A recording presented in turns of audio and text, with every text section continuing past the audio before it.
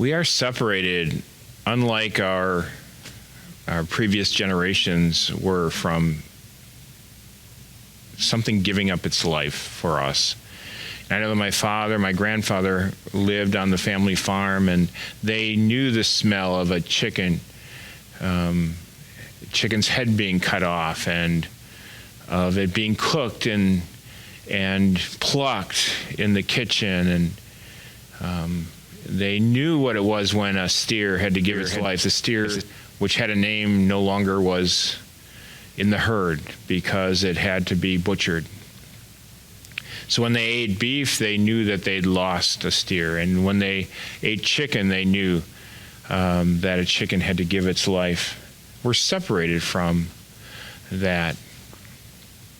So the first thing that I think about when I think about shedding blood, or Jesus shedding his blood, is that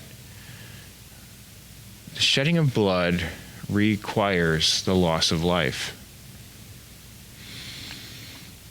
When I was in my first semester as a junior at Moody Bible Institute in 1979, I remember distinctly packing up my car and driving home. In December, it's usually white and very cold in Wisconsin, so I drove up the driveway and gave hugs to my brothers and gave a hug to my mother and sat down at the kitchen table as she began to explain to me the news in my hometown of Mequon, Wisconsin. And the news was that a good friend of mine who I played basketball with in high school, was involved in track in high school, that he had lost his father. His father was the chief of police, Chief Buntrock, and what happened was that there was a robbery in Mequon, and the robbery had gone bad, and the man who was running from the police went to a house and took a man and his infant child hostage.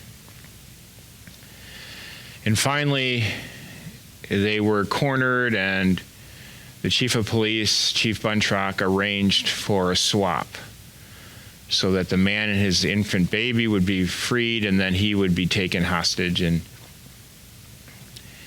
in the midst of what transpired, Chief Buntrock was killed by a gunshot.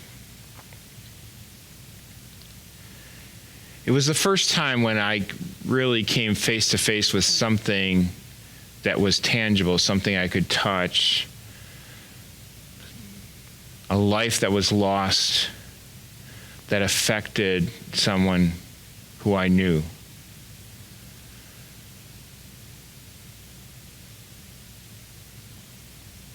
And with all the emotions that were around that, the sense of loss and the grieving and the pain of it, it reminded me that I hadn't really taken